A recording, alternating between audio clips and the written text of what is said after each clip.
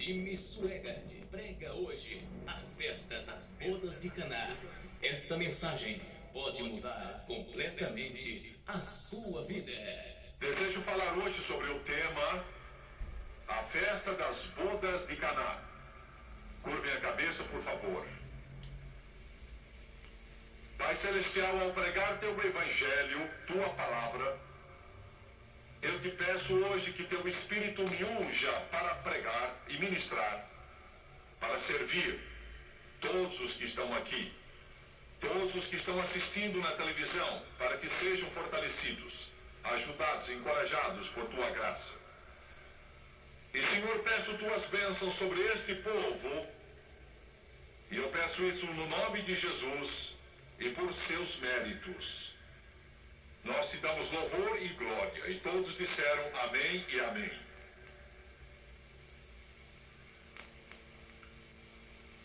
Há algum tempo tive o privilégio de estar em Israel.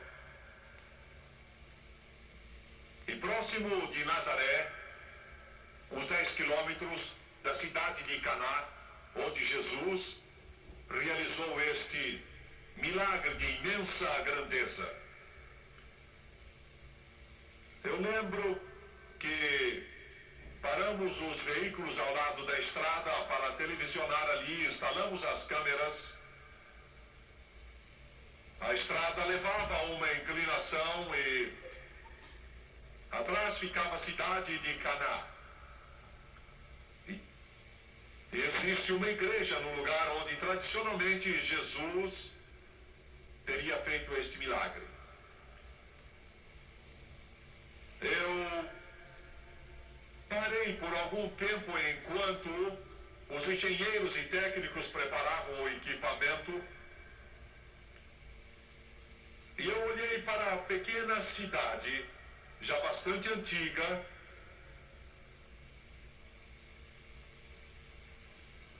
e quase que me pude ver participando dessa festa de casamento em Caná há 2000 anos passados. Era uma bela região. Caná da Galileia, não muito longe das águas tépidas do mar da Galileia. E temperatura agradável o ano inteiro. Foi aí que Jesus iria dar início ao seu ministério. É estranho que não fosse no grande templo de Herodes em Jerusalém. É estranho que não fosse diante dos poderosos de Roma, mas numa vila obscura chamada Caná da Galileia. Uma festa de casamento naquele tempo demorava às vezes uma semana inteira. Todos os parentes e amigos chegavam e era uma ocasião de grandes festividades. A Bíblia narra de um modo gráfico como Jesus e seus discípulos vieram e sua mãe estava ali com ele. Se você quisesse achar Jesus, estranhamente, e todavia não é estranho, não acharia escondido em uma caverna. Ele estava bem no meio daquele povo. E aonde ele se acha hoje? Procuramos prendê-lo a igrejas, mas ele não fica lá. Procuramos prendê-lo a seminários teológicos, mas ele escapa. Procuramos prendê-lo atrás de doutores de divindade, mas ele não fica. Não sei se ele iria caber em muitas das nossas igrejas. Porque a maior parte do povo com o qual ele iria se misturar não é como nós, gente bem santarrona.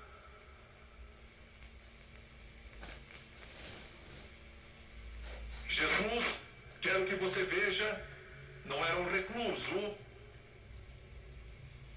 não tinha atitude monástica, e por isso o sumo sacerdote o odiava tanto, porque ele vivia entre o povo. com o povo, ele curava o aflito de espírito. Quando o pecador precisava, Jesus estava lá. E eles não o compreendiam, porque a religião tem sempre sido engarrafada em nossa pequena reclusão. Vê? Começamos o nosso movimento e aí formamos um clube e um grupinho. E dizemos a todo mundo, entre aqui onde estamos e vejam o que temos e sejam dos nossos. E temos a ideia de que se você não é do nosso grupo, talvez você não tenha muito. Jesus ignorou os grupos. Aleluia. É uma crítica contra as igrejas? Não. É uma crítica contra a atitude secular de igrejas quando elas se tornam litúrgicas, fechadas e pomposas e orgulhosas. Deus detesta isso. Jesus está na festa das bodas. Mas cuidado, diabo. Ele acabou de jejuar 40 dias e 40 noites. Aleluia! Um brilho em seus olhos. Aleluia, aleluia! Ele está pronto para agir. Esse é o filho do carpinteiro, nascido da Virgem Maria, com roupas de carpinteiro, que viveu no lar pobre, trabalhou como carpinteiro, comeu coisas simples. E agora irrompe no cenário do mundo, enquanto Moisés iniciou seu ministério, tornando a água em sangue. Jesus iniciou seu ministério, tornando a água em vinho. Se você tivesse estado lá, como eu estive um dia, observando do alto essa cidade de Caná, eu quase me pude ver transportado para esse lugar. Se você estivesse lá, não teria visto uma pessoa comum. Ele era especial.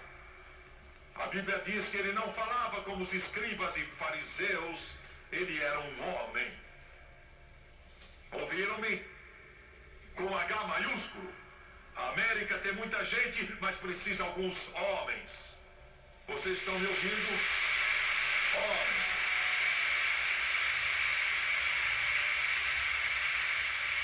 Homens que... Oh, Senhor, não me deixe envolver com isso. Que pareçam homens.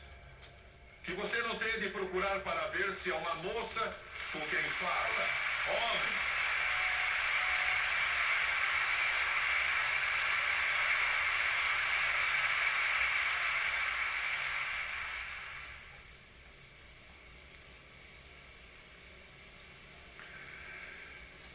Deve ter havido algo nele que teria sido estarrecedor. Os convidados deveriam estar cochichando porque devia haver umas 300 pessoas lá. Quem é este? Eu não acho que ele estava ali com uma expressão sisuda. Podia-se ver a vida transportava dele.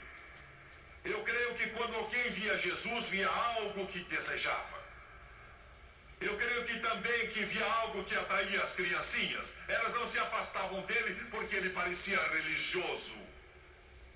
Elas iam a ele porque havia alguma coisa em seu aspecto que falava de vida. Que ele era vida, ele é vida e sempre será vida. Jesus. Eu não sei quantos demônios Satanás devia ter posto em volta dessa festa, mas isso nada lhe valeu. E quando ele se empenhou na atividade, porque quando chamaram o povo para o casamento, Jesus foi convidado. Agora é o contrário. Jesus é que está chamando. Entenderam? Eles o chamaram, agora ele nos chama. Ele chama você pela televisão. É por isso que este programa é tão importante. Porque alguns de vocês que têm rido da igreja, você tem rido de Deus, você não tem tempo para a Bíblia, agora, aí aí na sua sala de estar, aí no seu hotel, Jesus Cristo veio e Ele está chamando você. Está tocando em seu coração e tocando sua vida, tocando sua alma, tocando seu espírito. Ele está dizendo que você pode rolar o dado no pano verde do jogo, você pode beber a sua cerveja, pode tomar o seu coquetel e o seu whisky, a sua vodka, mas quando tudo tiver passado, você ainda estará procurando. Mas se você achar Jesus, você vai achar a vida que é para sempre. Ele ama você. Ele chama. Creio que Deus está chamando hoje como nunca chamou antes. E o vinho se esgotou. Agora, vinho, no sentido espiritual, não no sentido literal, mas no sentido espiritual, é tipo de alegria. E não há coisa nenhuma no mundo que seja mais enfadonha, maçante, sem graça e apática neste mundo do que religião que não tenha a alegria do Senhor. Ela é mortal. Estão me ouvindo? Estão me escutando? Não me importa se a igreja é grande, eu amo a igreja. Não importa se o coro canta muito bem, eu gosto do coro. Não importa se o pastor tem muitos títulos, eu amo o ministério. Porém, se a alegria do Senhor não se acha ali, vocês estão me ouvindo? A alegria do Senhor, se ela não estiver lá, não é mais do que uma reunião de um clube, não é mais do que uma reunião de social qualquer, não é mais do que a reunião de um clube de futebol, e há mais alegria num time de futebol do que numa porção de igrejas. Digam os homens o que quiserem, a alegria neste livro, a alegria em viver para Jesus, a alegria em servir a Deus, a alegria em viver para Deus. Eu não disse que é um mar de rosas, eu não disse que tudo é muito lindo, que você não tem problemas, que você vai viver a vida cristã sempre em branca nuvem. E eu quero que os telespectadores me escutem, porque se você pensa que assim está errado, está enganado, não é isso. Só um homem vive para Deus, só uma mulher vive para Deus. É preciso ser uma pessoa que tem espinha dorsal e coragem para viver para Jesus. Mas no meio de tudo isso achamos a alegria. Aleluia! Alegria indizível e cheia de glória. E metade nunca se contou. Eu cresci no meio dela. Eu sou grato a Deus todo dia. Já mencionei minha mãe e meu pai que aceitaram Jesus. Também sou grato a Deus por ter nascido num lar que louvava a Deus, que não tinha receio de erguer as mãos, ou bater palmas, ou dizer aleluia, ou dizer glória a Deus. Fico feliz, fico feliz, fico feliz. Fico feliz porque minha mãe se levantava para dirigir hinos, começava cantando, ó vitória em Jesus, meu eterno Salvador. E fico alegre que minha mãe, quando chegava no meio dos hinos, ela esquecia quem era, quem estava lá, com lágrimas rolando pela face e jogando os braços para cima, às vezes começava a dançar no espírito. Fico feliz, fico feliz, fico feliz. Alegria. A alegria do Senhor é vossa força. Muitas igrejas já esgotaram sua alegria. Já acabou seu vinho. Glória. Aleluia. Liguei numa delas outro dia. Eu estava me aprontando para ir à igreja. Liguei a televisão num domingo de manhã e ele estava entoando e falando.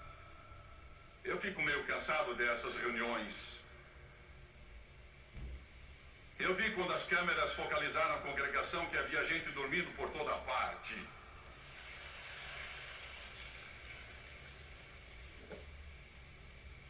Afinal, ele disse, eu vou lhes dizer uma coisa que realmente vai ajudá-los. Só que ele não disse desse jeito, mas falou num tom de pregador. Eu vou lhes dizer uma coisa que realmente vai ajudá-los.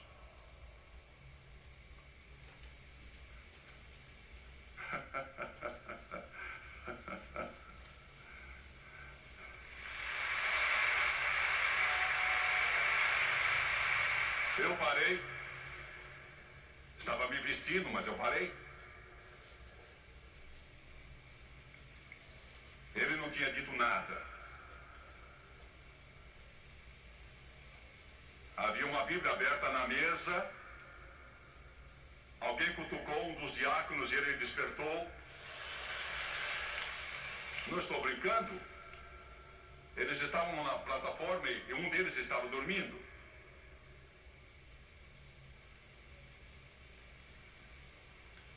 Ele disse, toda manhã ao levantar-se, e eu cheguei perto do aparelho de televisão, eu sabia que ele ia dizer, leia. Eu escutei. Com certeza ia falar de Mateus, ou Marcos, ou Lucas, ou João, ou Paulo, ou Moisés. Mas não foi isso que ele fez. Sem falta, leia o livro Pequeno Príncipe. Foi isso que aquele cara disse.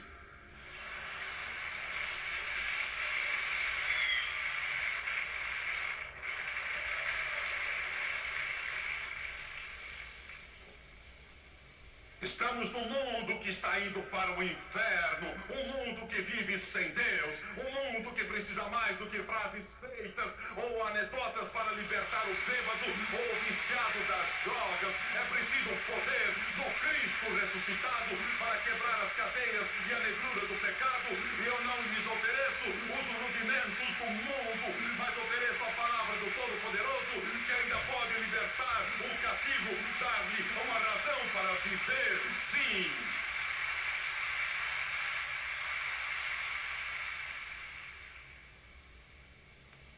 O vinho se esgotou. Milhões de cristãos não têm alegria.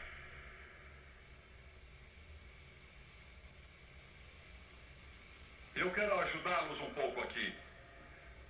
A alegria não é uma coisa automática qualquer. Você tem de exercitá-la, meu irmão. Vocês talvez tenham ficado chocados, não é mesmo? O que quer dizer, Tim Swagger? Quando você se levanta de manhã só porque você é salvo, cheio do Espírito Santo, e fala em línguas, tem sonhos e visões, mas nem por isso suas costas vão deixar de doer. Você vai ter dor de cabeça e dor de estômago, e seus ossos vão doer.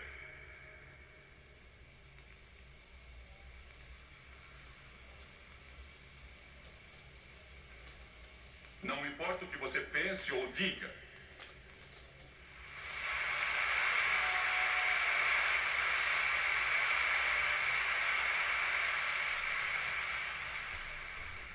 Por mais que algumas irmãs pensem que vão esconder as rugas usando maquiagem,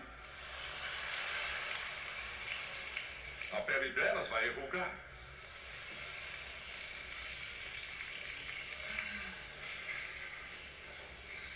E amigo, você pode dizer, meu cabelo não branqueia quanto quiser, mas depois de algum tempo você vai de usar uma loção para esconder o grisalho. A vida é assim. É assim mesmo. Mas pela manhã você se levanta como os pecadores fazem. Você tem problemas. Você tem problemas de pagar suas contas. Você fica pensando que vai perder o emprego. O diabo zomba de você. Você não dormiu bem a noite passada, mas o que faz? Exercita a alegria. Levanta em direito os ombros, porque você é alguém na vida. Você representa Jesus de Nazaré, que é o príncipe da glória. Você fica com a cabeça erguida. Você fica ereto quando levanta e fica firme. O diabo treme de medo e pensa, ó Senhor, hoje ele está disposto mesmo. Aleluia. Você ergue a cabeça e diz: este é mais um dia que o Senhor fez. Vou me regozijar nele e vou me alegrar. Põe um sorriso no rosto. Pegue a sua condução e diga: aleluia. Você não tem vontade, você não tem vontade, você não tem vontade, mas exercita a alegria. Glória. Oh, Senhor, isso que é pregação? Se é.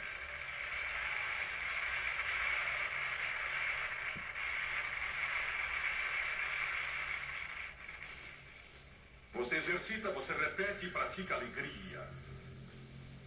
O vinho se acabou.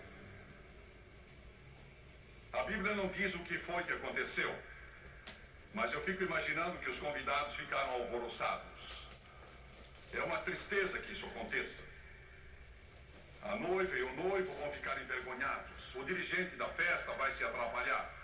Eles não têm mais vinho. E Maria, mãe de Jesus, está lá. Mães, quantas vezes, quando eu ainda era menino, 2 ou 3 horas da madrugada, minha mãe entrava no meu quarto. Mãe. E então me beijava o rosto e eu fingia que estava dormindo. E ela tocava na minha cabeça e dizia: oh Deus, ele vai pregar este evangelho. E o diabo não vai vencê-lo. Eu ficava ali deitado e tremendo, eu nunca irei me esquecer. Maria. Agora ouçam-me, católicos, eu amo vocês. E porque amo vocês, vou lhes dizer a verdade. Jesus Cristo é o advogado junto ao Pai.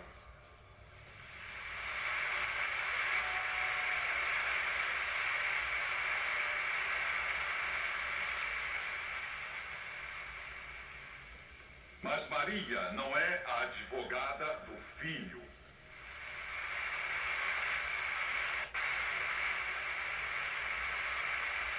Se você pudesse estar perto, se você pudesse ter chegado perto e ter visto esta senhora de Israel, que Deus escolheu para ser a bendita Virgem.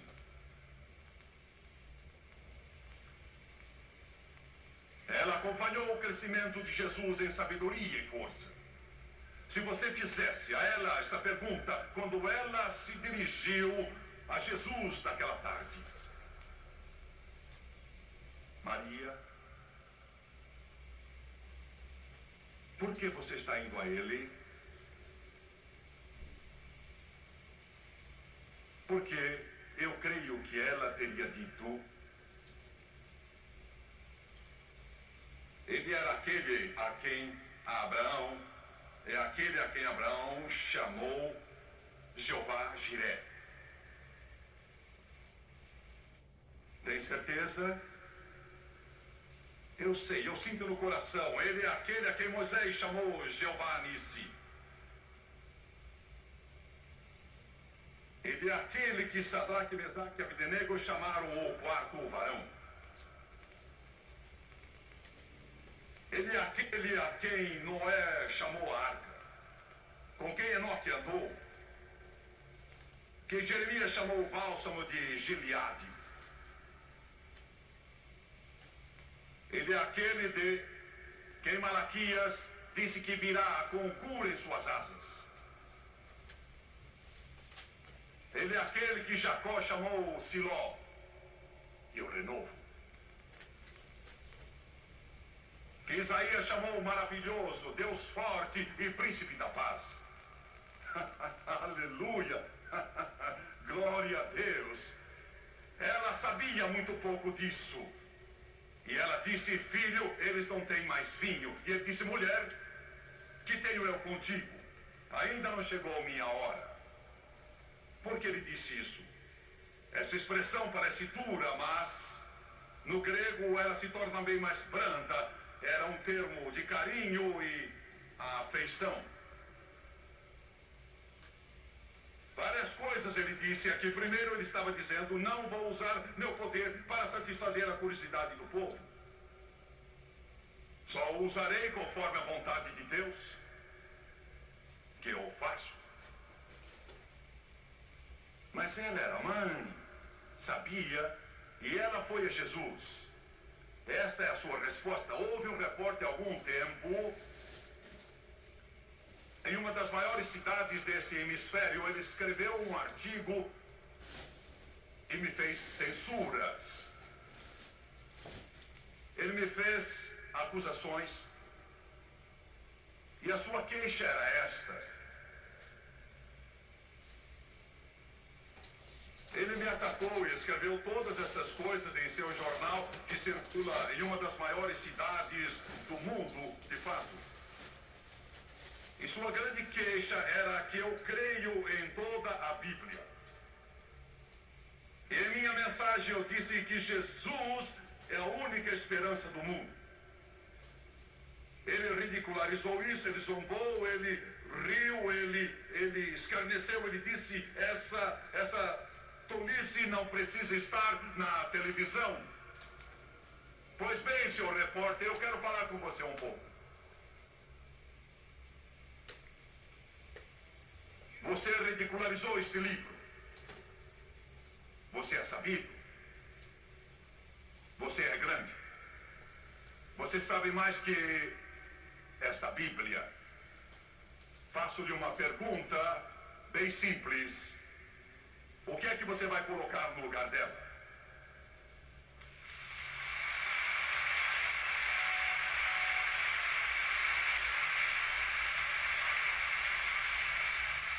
Quem sabe você escolheu Minha Luta, escrito por Adolf Hitler.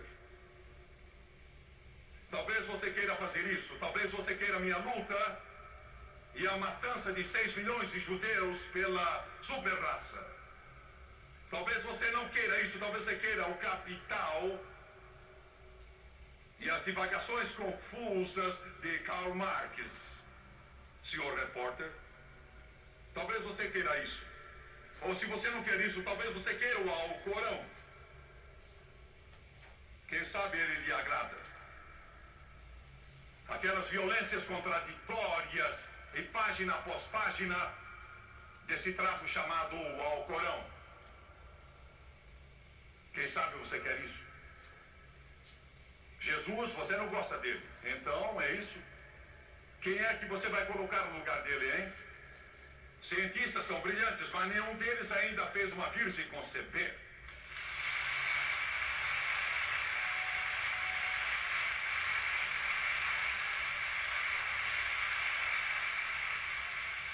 Jesus.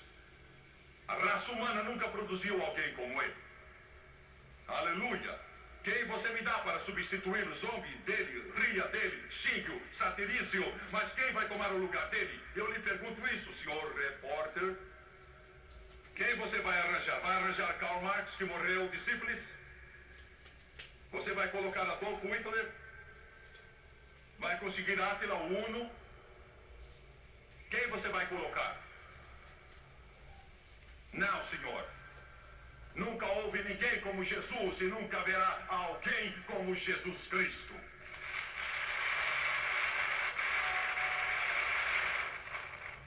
E eu quero lhe dizer isso. Enquanto você não achar algo que tome o lugar deste livro, ou alguém que tome o lugar de Jesus Cristo, cale a boca.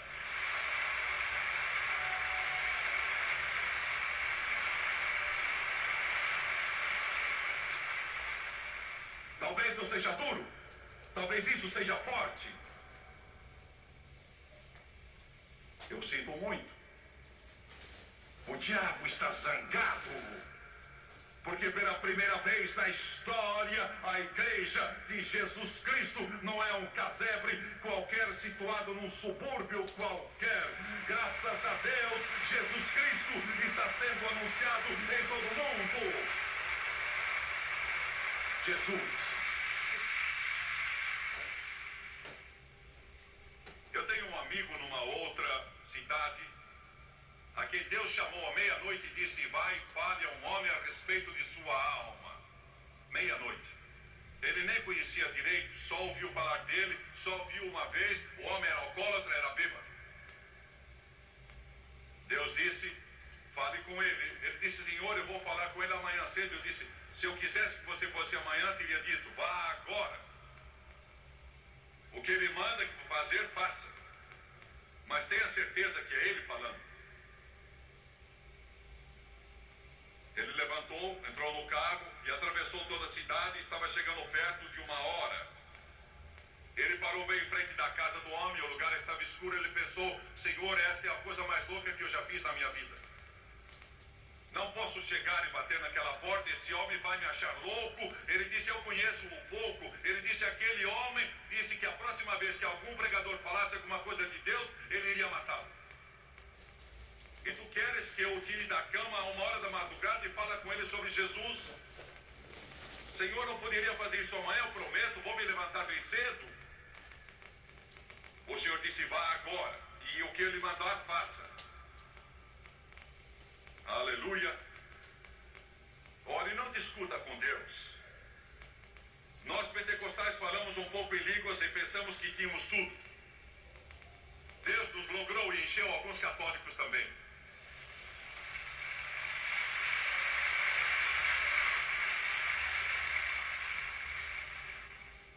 Sei que alguns amigos meus se contorcem no chão quando digo isso.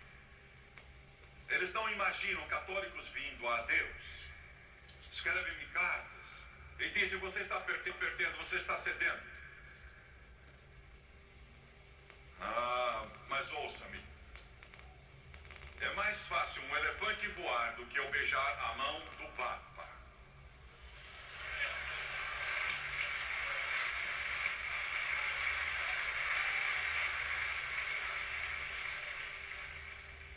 Eu não sou católico, mas amo os católicos. Eu os amo. Graças a Deus eu amo a todos, eu amo a todos. Jesus veio a este velho mundo e, irmão, quando Deus vê você, Ele sabe muitas coisas sobre você que não são lá muito boas.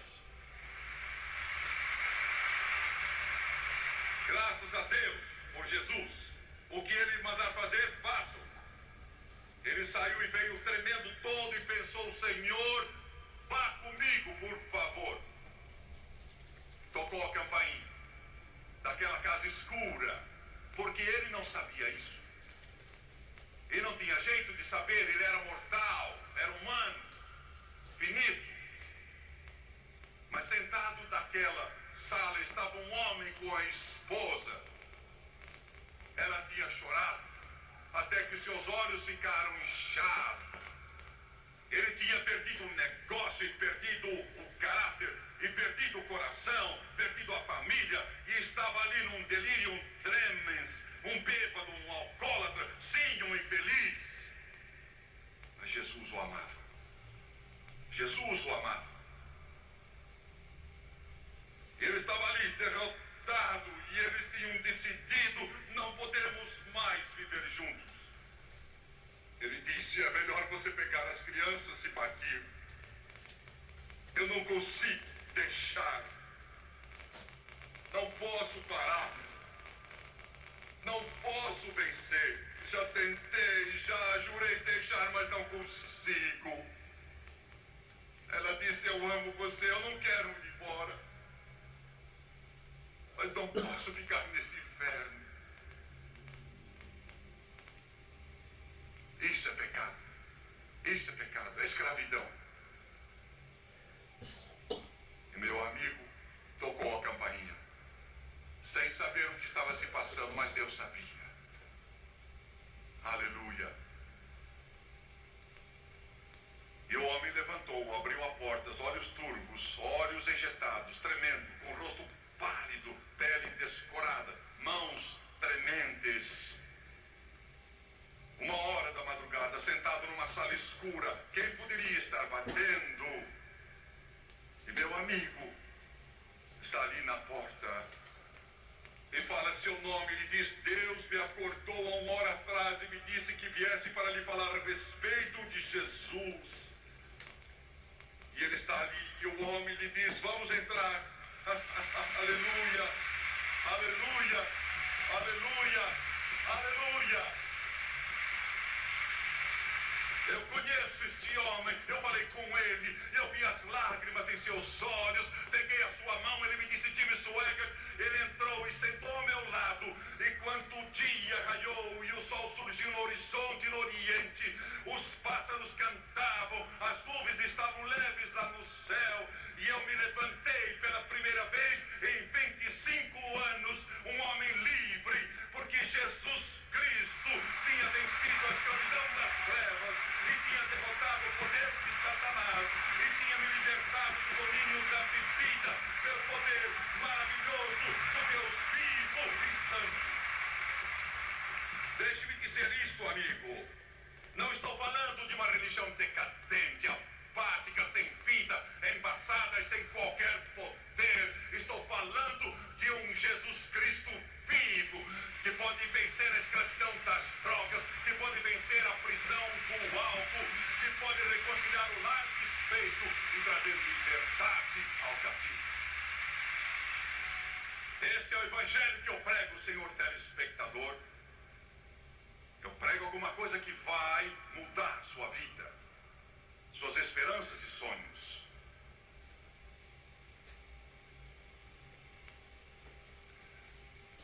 Jesus disse: havia ali 6 talhas de água, grandes e feitas de pedra bem altas. Podiam conter quase 100 litros. O grego antigo diz que havia um pouco de água nelas. 6 delas, 6 é o número do homem, número da imperfeição. O homem não tem poder. O homem atrapalha as coisas. Ele é incompleto. Ele é órfão. 6, o número incompleto. 7 é o número completo de Deus. 6 dessas talhas de água, com um pouco de água no fundo, podre e estragada. Aleluia! Tipo da religião dos homens, tudo que podem fazer, só podem lhe dar o suficiente para molhar o dedão. Jesus disse: encham-nas completamente. Aleluia! Ouçam-me, povo aqui de Greenville, Carolina do Sul, ouçam-me, telespectadores, estou dizendo que Jesus Cristo pode encher vocês ao máximo. Estou lhes dizendo que Ele pode encher até transbordar. Ela correrá como um rio da sua alma. Ele prometeu que do seu interior correrão rios de água viva. Ele disse: eu vos dou a verdadeira água da vida. Eu vos dou uma coisa que vos dará vida abundante, vida mais abundante. Enchei-vos até em cima. Glória a Deus. Enchei-os até a borda. É disso que você precisa.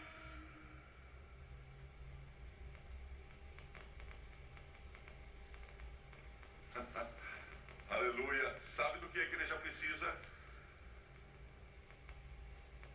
Precisa do batismo no Espírito Santo. É disso que a igreja precisa.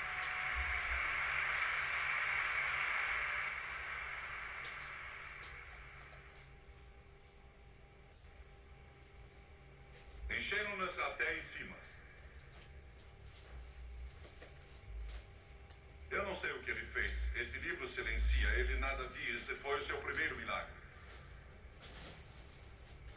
Ele talvez tenha chegado perto ou nem tenha feito isso. Ele pode ter parado ali e ter olhado para a água, e quando fez, ela corou e virou vinho. E eu sei que alguns de vocês estão aí, estão indagando. Aquele vinho era fermentado.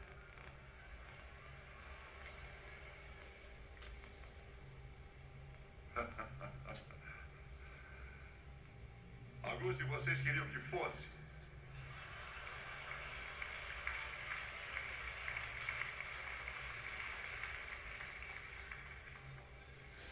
Eu estava num avião no outro dia vindo de Roma. Eu creio que foi.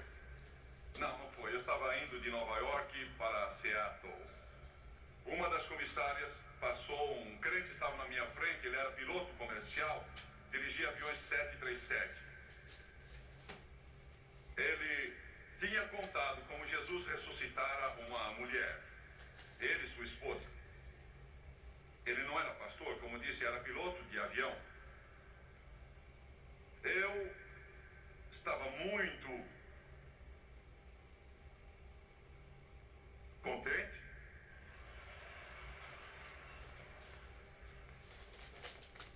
naquela hora, essa comissária passou com seu carrinho.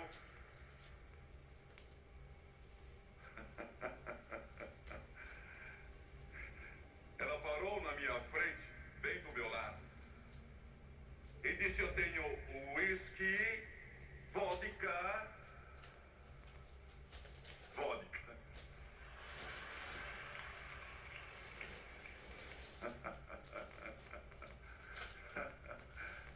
E batida.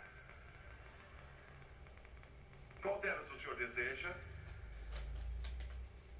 Ela recitou os nomes. Olhei para ela, meus olhos estavam marejados, porque eu tinha ouvido da mulher que Jesus tinha ressuscitado. Eu disse: hein? Ela disse: tenho whisky, vodka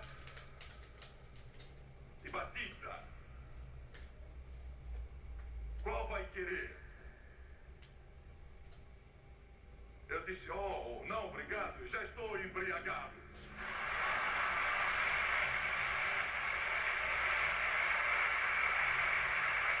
Glória! Aleluia! Pedro disse: esses não estão embriagados, como pensais. Disse que é só a terceira hora do dia, mas isto é o que foi dito pelo profeta Joel. Eu prefiro ter 5 minutos no poder de Deus do que ter 5 anos de religião feita por homens. Eu prefiro ter o toque do céu do que ter o toque do maior político deste mundo. Eu prefiro ter Jesus.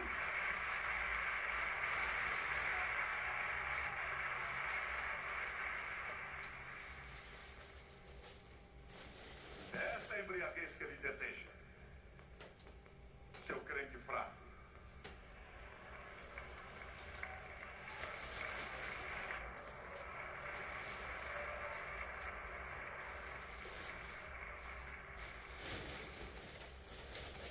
Eu vou dar a vocês, quero ajudá-los com alguma coisa.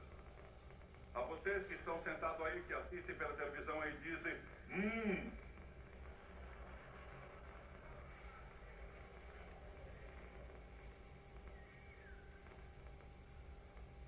minha igreja não ensina desse jeito.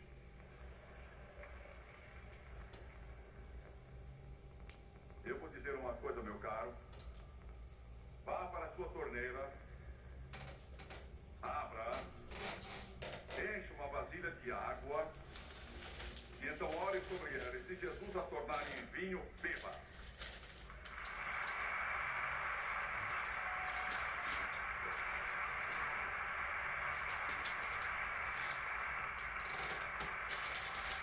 Do contrário, é melhor você deixar esse refúgio preparado por essas fábricas de vinho.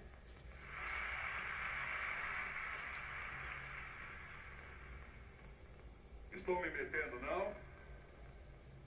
Estou perturbando alguns de vocês, não é? Estou transtornando um pouco a sua religião.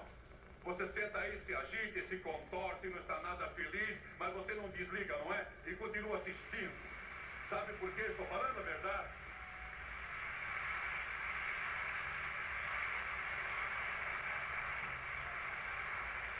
Um pecador procurando ilustrar as terríveis consequências do álcool apanhou uma garrafa de uísque, derramou num copo, no púlpito, e pegou um verme e jogou dentro do copo e o verme morreu logo. Ele levantou e disse agora, disse à congregação: o que isso nos ensina? Não devia ter perguntado isso. Um velho fazendeiro respondeu: isso prova para mim que se você beber esse uísque não vai ter vermes.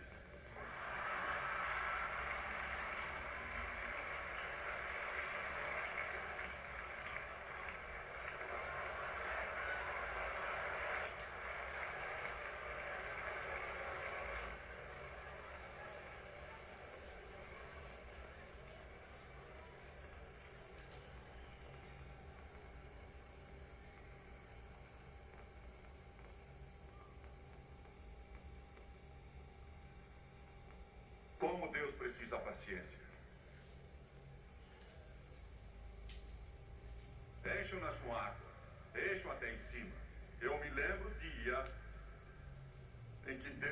encheu até em cima a minha família. Eu me lembro desse dia e nunca me esquecerei. A vida de meu pai mudou, a da minha mãe mudou, e eu nunca vou esquecer. E se eu viver e viver, eu nunca vou esquecer. Ele nos encheu até em cima. Milhares de vocês aqui hoje tiveram uma vida completamente cheia. Milhões da televisão, ele encheu a sua vida até em cima. Aleluia! Ele encheu você com alegria indizível e cheia de glória. Aleluia, Cordeiro. Deixe-nos até em cima. A festa das bodas de Caná. Então ele disse: tirem agora. O maravilhoso desse vinho aqui, por mais que você tire, ele nunca se esgota. Continua transportando. Tirem agora. Tirem agora. Tirem agora. Quantas vezes eu tive de tirar? Quantas vezes, quando eu tremia, meus joelhos se dobravam e o diabo dizia: agora eu te pego. Eu tenho tirado. O dirigente disse: isso é estranho.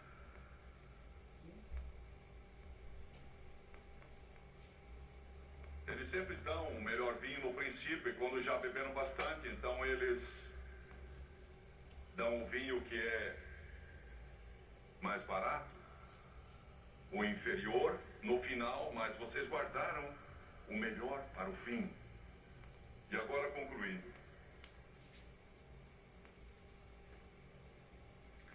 Já faz muito tempo, desde o dia em que Abel ofereceu o seu sacrifício e Caim o matou. E Enoque andou com Deus, e Noé fez a arca. E Abraão deixou sua terra em busca de uma cidade que tem fundamentos, cujo construtor é Deus. Já faz muito tempo. Já faz muito tempo que Jeremias clamou: não há bálsamo em Gileade, não há um libertador lá. Muito tempo que Isaías disse que ele irá chamar-se maravilhoso, Deus forte e príncipe da paz. Já faz muito tempo que João Batista disse: o machado está posto à raiz da árvore, e a árvore que não produz fruto, essa será cortada e lançada no fogo. Faz muito tempo. Muito tempo que Paulo disse: combati o bom combate, acabei a carreira e guardei a fé. Faz muito tempo que João, naquela ilha isolada de Patmos, com 100 anos de idade, olhou para cima e disse: amém, Senhor Jesus, vem logo. Já faz muito tempo. Mas Deus guardou o melhor para o fim.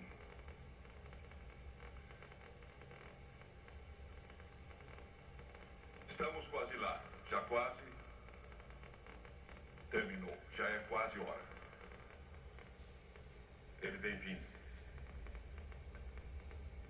Eu visitei um pequeno cemitério no outro dia, onde enterraram minha mãe.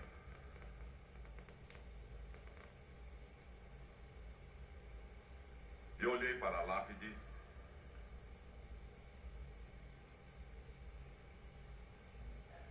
devo muito a ela. Ela viveu uma vida de piedade diante de mim.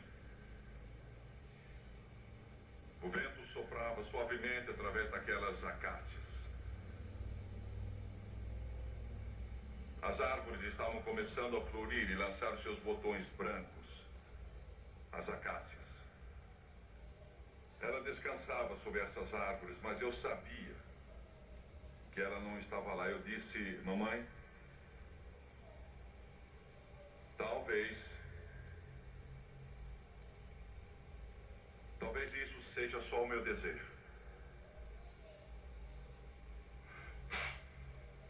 Talvez seu corpo esteja desfeito no pó e ela tenha morrido como um animal. Eu nunca mais irei vê-la. E o homem é como um cão. Talvez este livro seja fábula. Talvez. Mas eu não creio. E eu não acho. Eu sei. Eu disse, mamãe, é só um pouco tempo para ficar aqui. Basta esperar um pouco de tempo. Porque ele guardou o melhor para o fim, sabem? Nós nos entristecemos, mas não como os descrentes. Logo a trombeta de Deus vai soar. Os mortos em Cristo irão ressuscitar. E então vai haver uma reunião nos ares. Lá no doce porvir.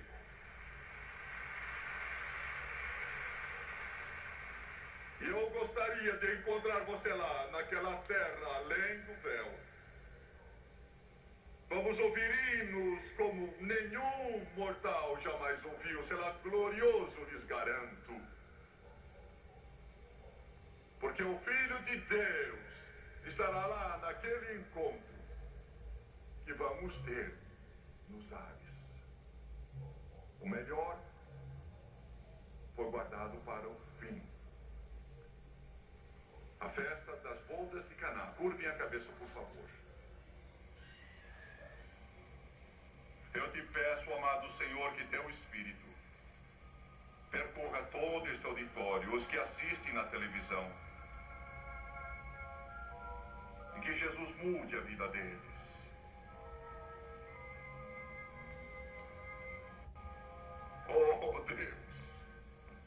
Oh Deus, ajuda-os a saber que ele não é uma figura histórica